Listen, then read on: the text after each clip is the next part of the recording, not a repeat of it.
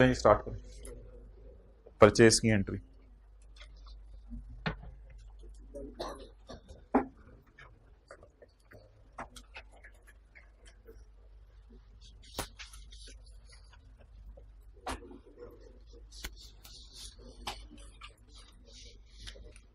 थोड़ा सा ये सवाल टफ टाइम दे देगा अगर डेटे को रुपीज में रखेंगे, और अगर डेटे को रुपीज इन 1000 में रखेंगे बड़ा कंफर्टेबली हैंडल हो जाएगा।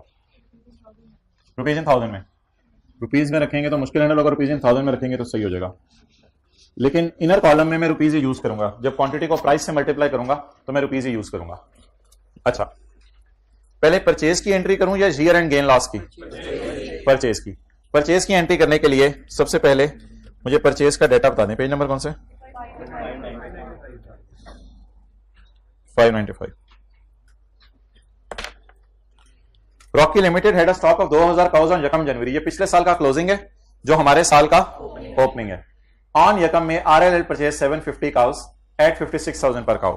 तो सबसे पहले बताएं परचेज किस पे रिकॉर्ड होगी? Fair value minus cost to sell. Working one, purchase को रिकॉर्ड करना है fair value minus cost to sell पे। फेयर वैल्यू क्वांटिटी 750, एक गाय कितने की? अब ऑब्वियसली देखें अगर आप रुपीज में करेंगे तो बहुत लंबी फिगर चली जाएगी, तो इसको रुपीज में ही लिखा रहने दें 56,000 को, इसको 56 ना करें, लेकिन जब आउटर कॉलम में लेके जाएं तो फिर उसको कन्वर्ट कर दें। आप रुपीज इन 1000 लिख दें इधर, एक्चुअली ये फिर 42 मिलियन बनेगा, लिखने में 42,000 आएगा। What is this? Fair value of purchase cow eight the time of purchase. क्या इसको कॉस्ट पे रिकॉर्ड कर दें या फेयर वैल्यू पे, या कॉस्ट टू सेल माइनस करें? अच्छा, बेच दी है, बेच देंगे, बेच देंगे। अगर बिल फर्ज बेचें तो बेचते वक्त ट्रांसफर टैक्सेस पे करने पड़ सकते हैं और बेचते वक्त कमीशन पे करना पड़, इन दोनों को कहां डालें? कॉस्ट टू सेल में। At the time of sale ये खर्चा होगा, इन दोनों को कॉस्ट टू सेल में डालें। Done? Less cost to sell. Number 1, transfer fee at 4% off. कुछ लिखूं आगे या बस काफी है? काफी है, बस पेपर में बहुत टाइम लग जाएगा बना। 4% 42,000 का ले 1680 जी। Commission at the rate of 2%, कितना? 840।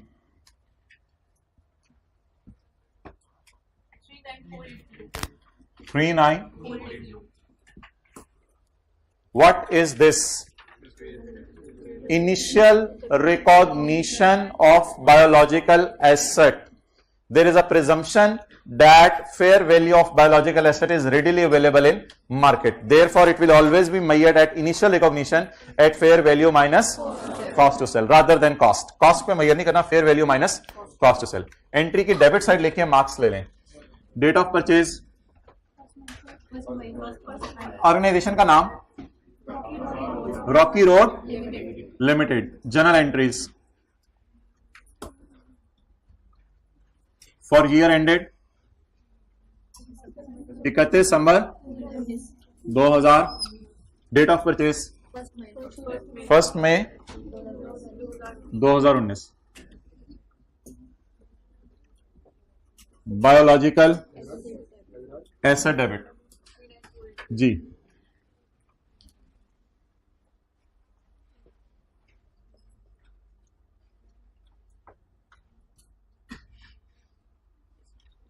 कितना?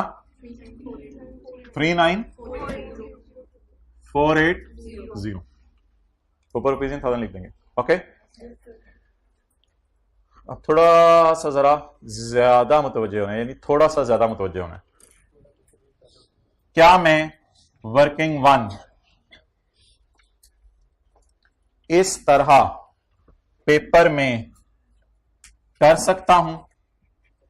कर सकते। करंट दे पुत्र परचेज को किस पे रिकॉर्ड करना है? Fair value minus cost to sell. मैं direct fair value minus cost to sell निकालता हूं। 750 into 56,000, 750 into 56,000 that is 42,000 into 94% into 94% is equal to 39480। हम कोशिश किया करेंगे पेपर में ऐसे सॉल्व करें ताकि टाइम सेव हो, और ये वर्किंग में भी करने की जरूरत नहीं है। अगर आप यहां ब्रैकेट में भी कर देते हैं तो इवन इट इज एक्सेप्टेबल, चलेगा नहीं, दौड़ेगा। तो इसलिए आपको ये लिखने के मार्क्स नहीं मिलेंगे ट्रांसफर फी, ये लिखने के मार्क्स नहीं है कमीशन, बस आपने fair value minus cost to sell निकालनी है। तो ये मैंने कैसे निकाला है? 94 100 माइनस 4 इज इक्वल टू 94। पता चल गया। एक बंदा टाइम लगता है, इंसान है, आप भी इंसान है ना, साथ इंसान है। टेस्ट देकर पता चल जाएगा टेस्ट में कितने नंबर आए। कुछ इंसानों ने तो ट्राई नहीं किया। ये इंसानियत के नाम पे बबलू हैं। ना मुनासिब अल्फाज बोला करो। चलें जी, क्लियर? आगे। अब डेबिट हमने कर दिया, क्रेडिट एग्जामिनर कर देगा। सर आधे मार्क्स ही तो लेने होते हैं सवाल में। अच्छा चलें जी, cash cash cash cash cash working two. जरा कैश आउटफ्लो मुझे बताएं कितना है कैश आउटफ्लो, यानी ट्रांजैक्शन की परचेज कॉस्ट बता दें, लेकिन परचेज कॉस्ट पे चीजें रिकॉर्ड नहीं करनी होती, परचेज कॉस्ट बता दें। एक तो हमने क्या परचेज किया होगा? एनिमल। हमारा और काम क्या है? एक तो हमने क्या परचेज किया होगा, दूसरा हमने 3% ट्रांसफर फी पे की होगी सिर्फ परचेज पे। पिछले साल जो पड़ी हुई है उन पे इस साल फर्दर पे नहीं की होगी। परचेज पे 3% ट्रांसफर फी पे की होगी, और परचेज पे 2 मिलियन क्या पे किया होगा? Transportation, purchase of animal. और क्या पे किया होगा इस पे? ट्रांसफर फी, ट्रांसफर फी पे की होगी। और क्या पे की होगी? Transportation, transportation. ओके चलें जी, लिखवाएं। परचेज कितने में किया एनिमल? 750 इंटू 50। क्या 42,000 रुपए हमने उस बंदे को दिए होंगे जो बंदा जानवर सेल कर रहा होगा, जो बंदा जानवर पकड़ के खड़ा होगा? क्या हमने उसको 42,000 दिए होंगे?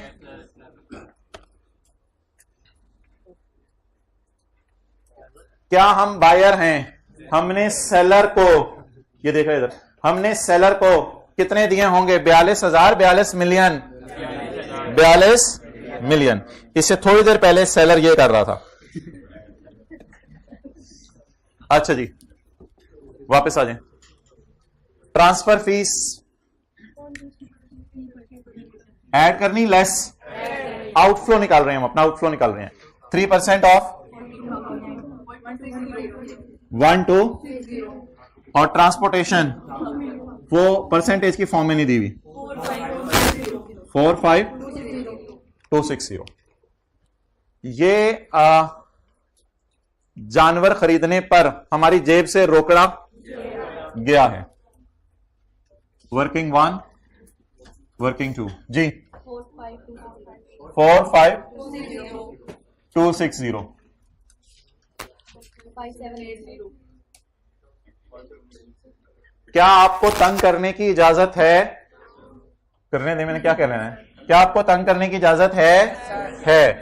तो अगर आप बुरा ना बनाइएगा, अगर आप कैश ऐसे निकालना चाहते हैं 42,000 इंटू 103% या 1.03 प्लस 2,000 तो इट विल वर्क। लेकिन छोड़े पड़े, कैश आउटफ्लो ज्यादा नहीं निकालना होता, fair value minus cost to sell ज्यादा निकालनी होती है, इसलिए ये वाला शॉर्टकट बस याद रखें। बाकी कैश को जमा कर लीजिएगा। समझ गए होंगे जिन्होंने समझना था। ओके, अब इनिशियल रिकॉग्निशन पे क्या आ गया है? इनिशियल रिकॉग्निशन पे क्या आ गया है? लॉस। हमें तो स्टैंडर्ड थोड़ा सा भूले, हम जाके जरा देखते हैं स्टैंडर्ड में।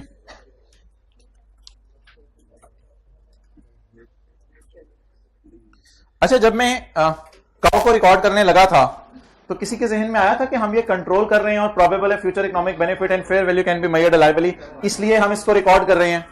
किसी के जहन में आया था? ये जहन की गरारियां कहां घूमी होती हैं? घर जाके पढ़ते हैं इन चीजों को जो पढ़ाई जाती हैं। तो इनिशियल रिकॉग्निशन करते हुए ये तीन चीजें हमारे जहन में आनी चाहिए थी। यानी जिस वक्त मैंने लिखा था बायोलॉजिकल एसेट डेबिट, उस वक्त आपके अंदर का असलम कहता हाँ that is control and fair value can be measured reliably, that's why this sir is debiting. जी ज्यादा हो जाएगी क्या? हाँ लेकिन परचेज को तो कंट्रोल करना पड़ेगा ना। ओके आगे चलें। और किस अब biological asset shall be measured on initial recognition at end of each period at its fair value less a gain or loss on initial recognition of a biological asset and year end के ऊपर change shall all be taken to profit or loss। अब कहां ले जाएंगे gain loss को? Profit and loss.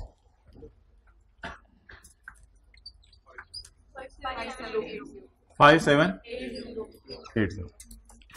चलें जी, अब मैं आपको 2 मिनट दे रहा हूं, मुझे ईयर एंड गेन लॉस निकाल दें। करनी आती है वर्किंग? ओपनिंग, परचेज, क्लोजिंग, इसमें गलती नहीं करनी। आप जूता मैं उतार रहा हूं और आप लोगों के पांव पे मारूंगा उल्टा करके ताकि ज्यादा ना लगे। जल्दी जल्दी ईयर एंड गेन लॉस निकालें। Year and gain loss. Hybrid वाले कुछ हाथ भी नहीं हिला रहे लास्ट रो में। कैलकुलेटर पकड़ें बहुत में, जल्दी जल्दी। Good, well done. जल्दी इधर भी जल्दी जल्दी जल्दी जल्दी जल्दी। आ जाओ, आप भी आ जाओ। हाँ क्या है वो? हाँ है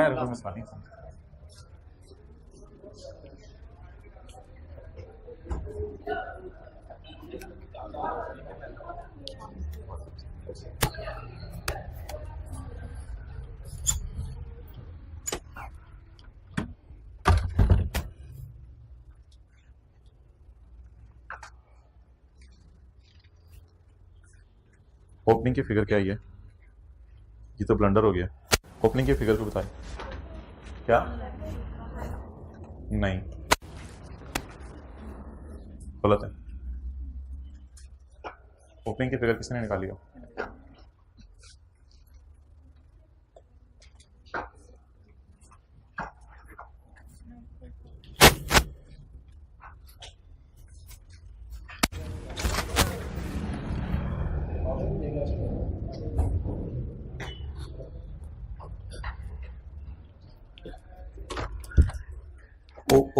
ओपनिंग कितनी है?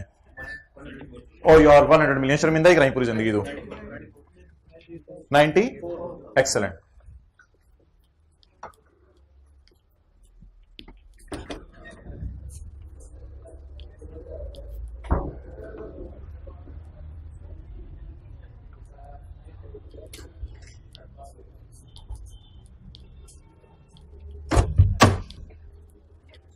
और पुत्र कर ले, तू भी कुछ कर ले कुछ।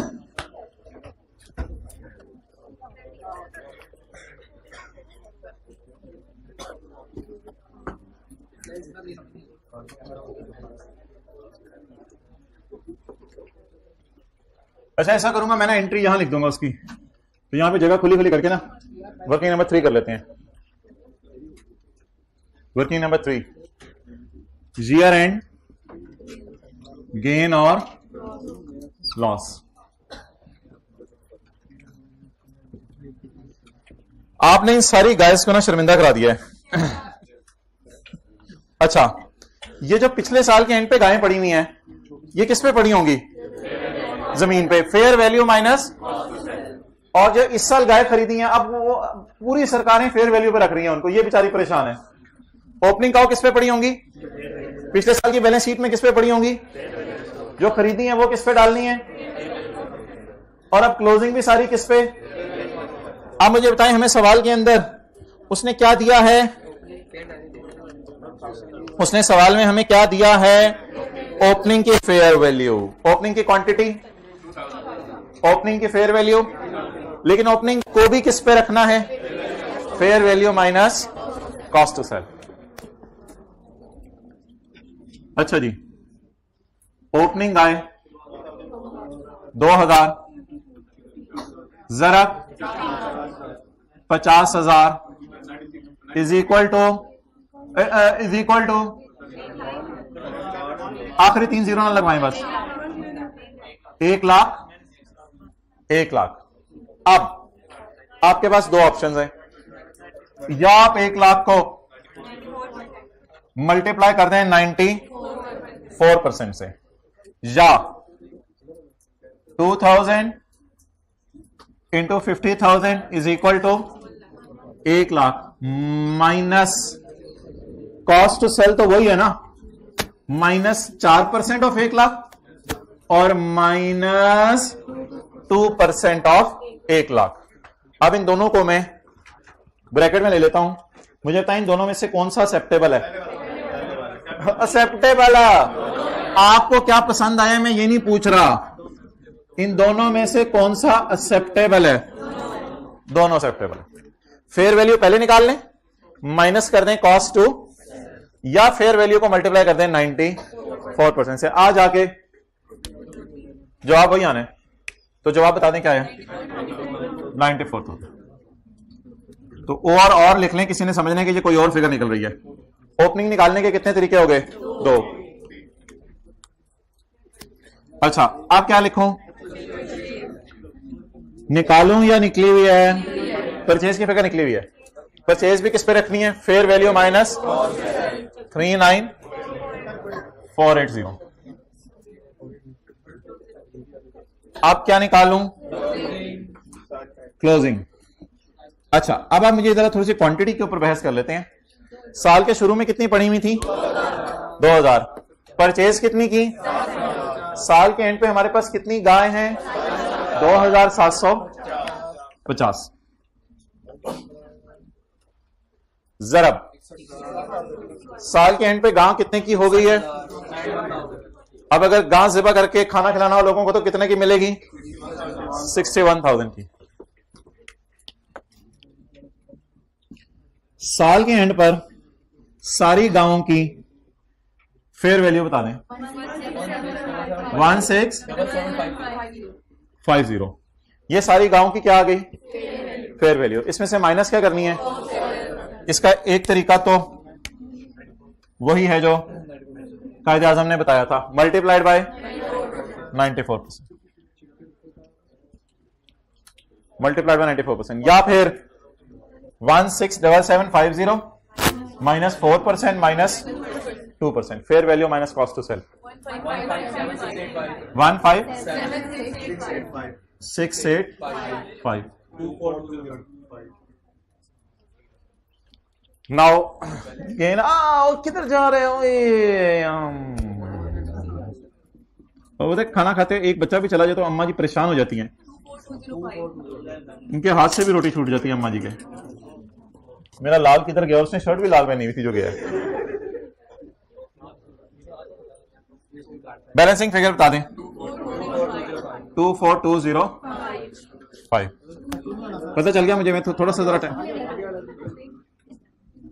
थोड़ा सा टाइम दे दिया करें। रिक्शे वाला अगर गलत मुड़ जाए, और कुछ लोग तो मुड़ने का कह रहे होते हैं, पीछे से तेज गाड़ियां आती, नहीं मुड़ो तुम, बस बात खत्म।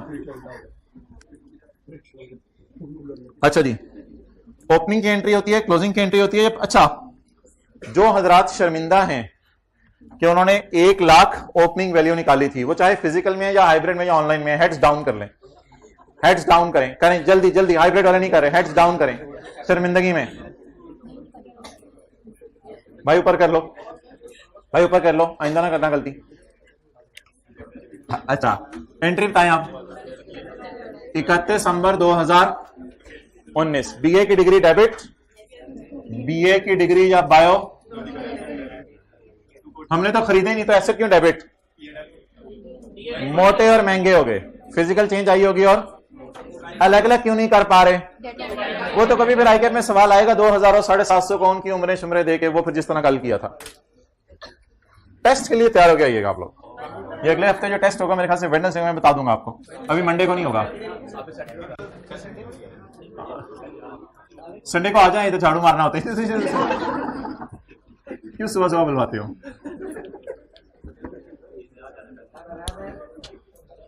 अब सवाल पूछे, मैं सवाल सुन रहा हूं, मेरे से पूछे, छुट्टियां में बताता हूं।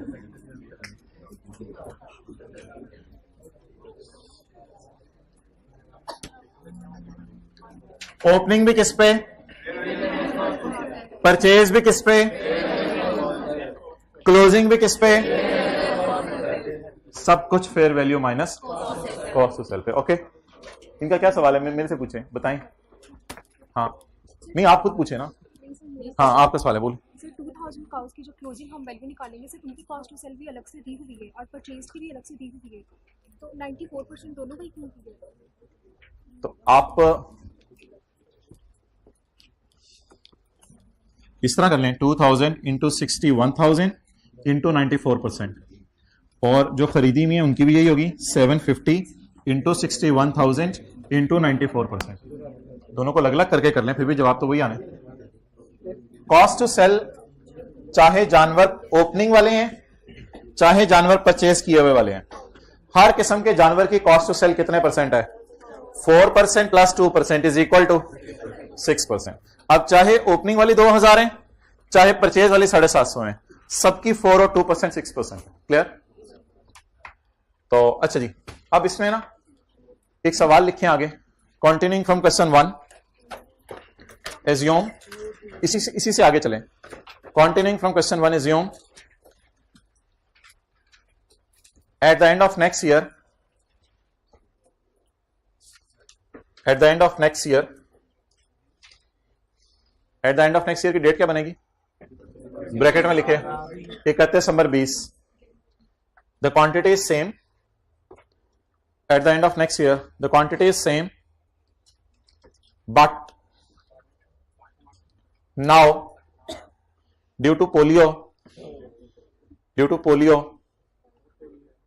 हो गया गाय को, due to polio fair value is only now, due to polio fair value is only now rupees 49,000। सारी कहो कि नहीं, पर कहो, उसकी जान निकल जानी है रॉकी की। तो fair value is now rupees 49,000 पर काउ। एंट्री कर दें 2020 की, 2020 की एंट्री कर दें।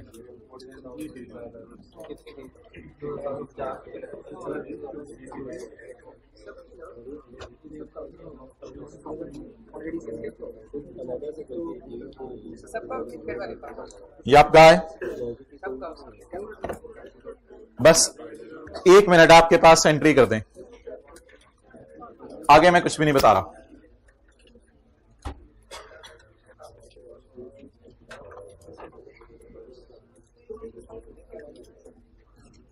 हाँ मुझे नहीं पता सोल्यूशन में कैसे सॉल्व हुआ है, ये व्हाइट बोर्ड पे जैसे सॉल्व हुआ है, अगर ये आपको अच्छा लग रहा है तो यही चला लीजिए जी। बता दीजिए क्या है आप लोग, मुझे एंट्री की अमाउंट बता रहे हैं या क्लोजिंग वैल्यू? एंट्री की अमाउंट। गेन आ रहा है लॉस? लॉस। अच्छा जी, वर्किंग करते हैं। Year and 31 December 2020, year and अगले साल सिर्फ एक एंट्री क्यों होगी? क्योंकि ना कोई परचेज हुई, ना कोई सेल हुई, ना कोई मरी और ना कोई खुशी की खबर आई। ये भी बात साथ कर दिया करें ना। ओपनिंग अवेलेबल है, अब इसको कुछ करने की जरूरत है या यही है? तो जो पिछले साल का क्लोजिंग होगा वो अब हमारे साल का। ये ओपनिंग की क्या है? Fair value minus 157685। क्लोजिंग कितनी काउस? जरा is equal to 1347। What is this? Fair value of closing cows, but we need less cost to sell into market की नॉर्म कोई चेंज नहीं हुई, सवाल ने नहीं बताया तो वही नॉर्म चल रही है मार्केट में। 12,665 लॉस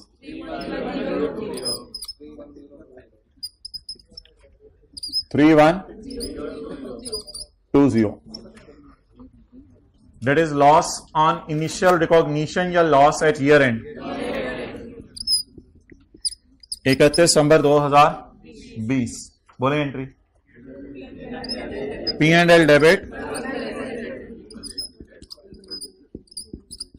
3120 020।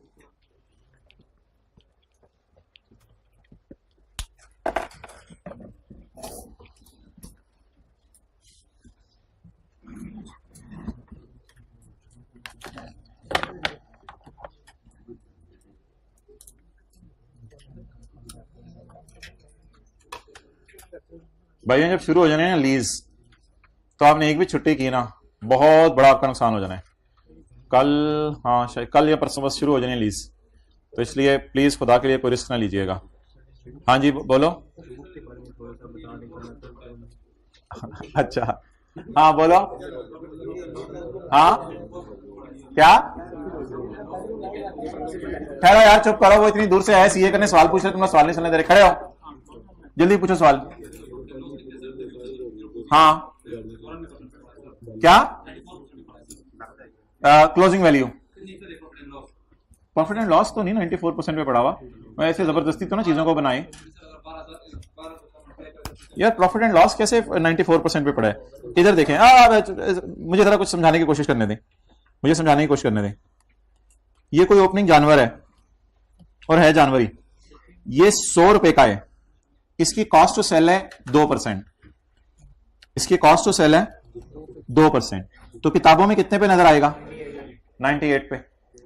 यही एक जानवर साल के एंड पे है, लेकिन ये कितने का हो गया बेचारा? 80 रुपए का। 100 रुपए वाला जानवर अब बाजार में कितने का मिल रहा है? 80 का। या तो मैं इसको कर दूं इंटू 98%, या दूसरा तरीका जो वो भी हो सकता है 100 माइनस 2% ऑफ 100, या बोलें 80 minus 2% off 80 is equal to 78। अब ये जो गेन लॉस आया है ये तो किसी परसेंटेज पे नहीं पड़ा हुआ ना, तो जबरदस्ती गेन लॉस के बारे में ना पूछेंगे ये कितने परसेंट पे पड़ा हुआ है, बस जो भी आया मुझे बता दें। क्या आ गया? 20 का क्या आ गया? ये किसी परसेंटेज पे नहीं पड़ा हुआ भाई। क्या ऊंची बोलो। हाँ नहीं, वो तो फिर आपको अलग अलग बताएगा कि हमारा जानवर कितने का और दूसरा जानवर कितने का, वो फिर डिटेल से करना पड़ेगा, क्वांटिटी लेके। वो लॉस आप चेक कर लो जितने परसेंट पे आ रहे हैं, हमें हमारे ये उसमें नहीं है, चक्कर में जाने की जरूरत ही नहीं। अच्छा अब वो बस एक छोटा सा काम करना है, एमसीक्यू नंबर 16 निकाल लें, एमसीक्यू नंबर 16।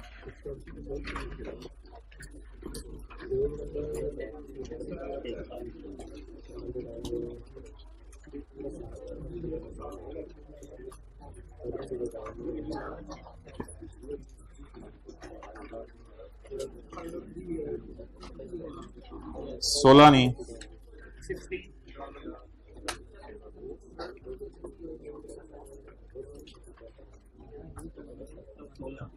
किधर है? पाम ट्रीज लिखा होगा कहीं। Question 14 607। Maria limited bot oil palm garden.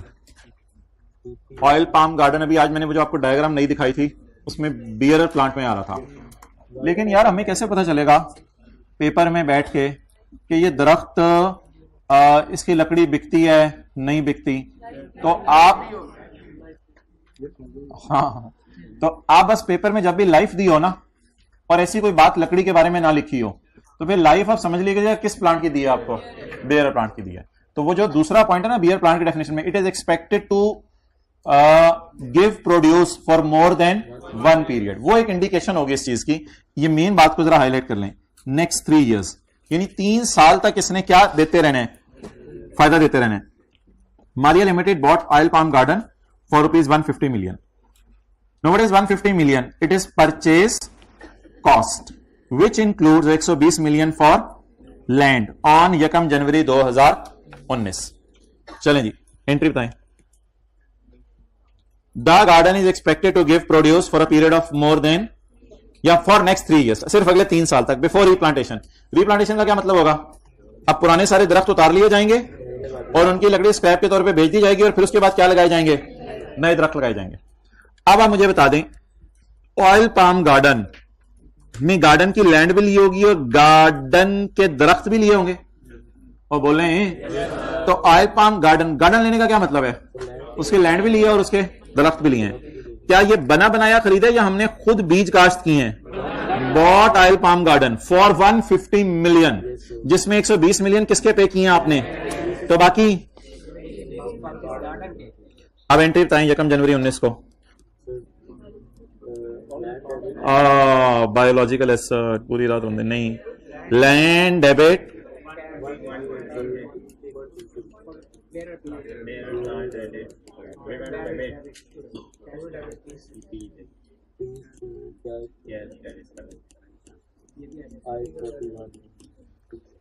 IS 16 है ना, पीपी तो उधर फॉल करेगा।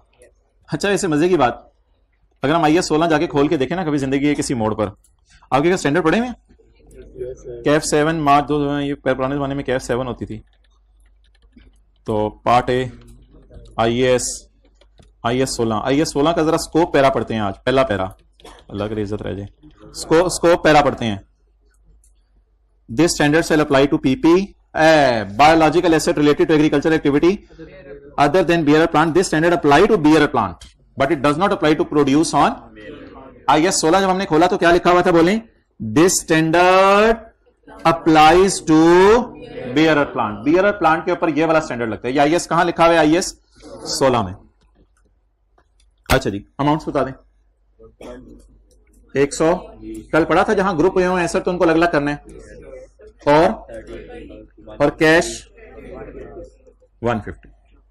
चलिए जी पहली एंट्री लिख लें, फिर आगे चलते हैं।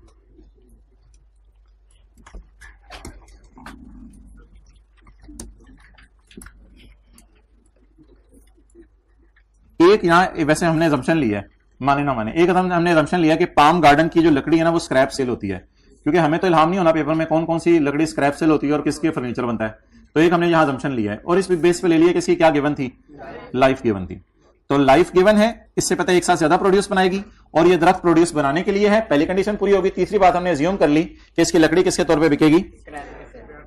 As on 31 December 2019 the year end the fair value of the garden is 22। Fair value garden की कितनी हो गई है? 22 एक्सक्लूडिंग लैंड, और गार्डन की कॉस्ट टू सेल है 2। अब गार्डन को ईयर एंड पे किस पे रखेंगे? भाईजान IS 16 अप्लाई हो रहा है, fair value minus cost to sell पे नहीं रखेंगे।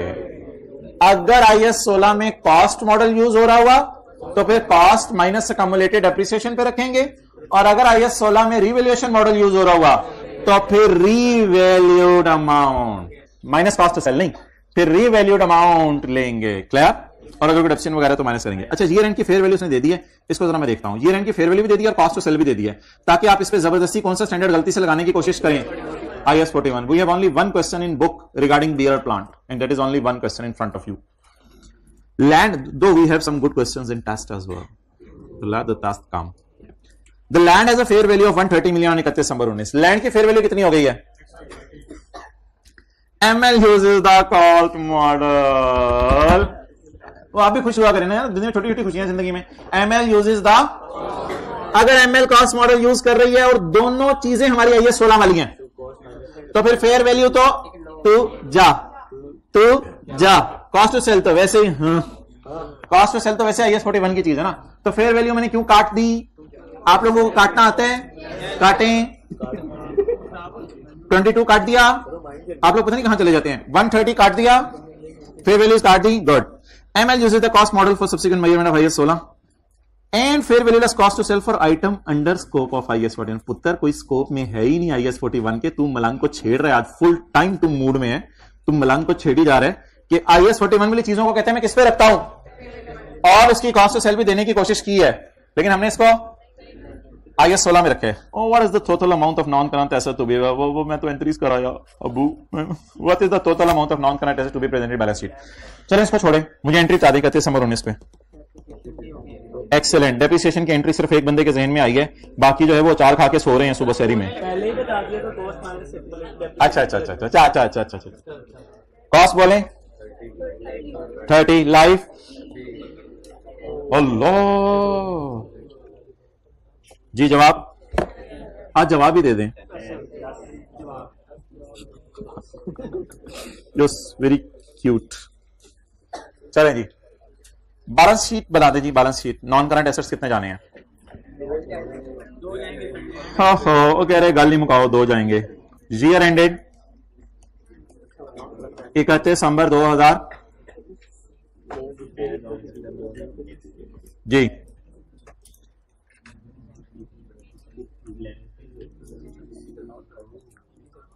Non current assets PP, land और बियरर पूरा लिख दें,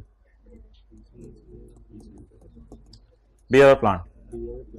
लैंड को मैं क्यों नहीं फेयर वैल्यू पे लेके गया? IAS 16 में कौन सा मॉडल यूज हो रहा है? Cost model. बताएं जी। 120। Bearer plant cost accumulated depreciation 20 की बीवी रिकॉर्ड ना करो, 20 की बीवी रिकॉर्ड तो नहीं शो कर दो बैलेंस शीट में। कितना आ गया जवाब जी? 140 जी। किस में जाएगा? नॉन करंट एसेट्स में। क्लियर? अब आप घर जाके पढ़ेंगे या पढ़ के लुट मचाएंगे? अच्छा, होमवर्क में कितने सवाल पसंद करेंगे आज? होमवर्क इंशाल्लाह कल, होमवर्क इंशाल्लाह कल मिलेगा। इससे सारे को कोई वो लेक्चर नोट्स डाउनलोड करके देखते हैं हमने क्या पढ़ा था आज। कितने लोगों को पता ही नहीं वेबसाइट और पासवर्ड और चलें।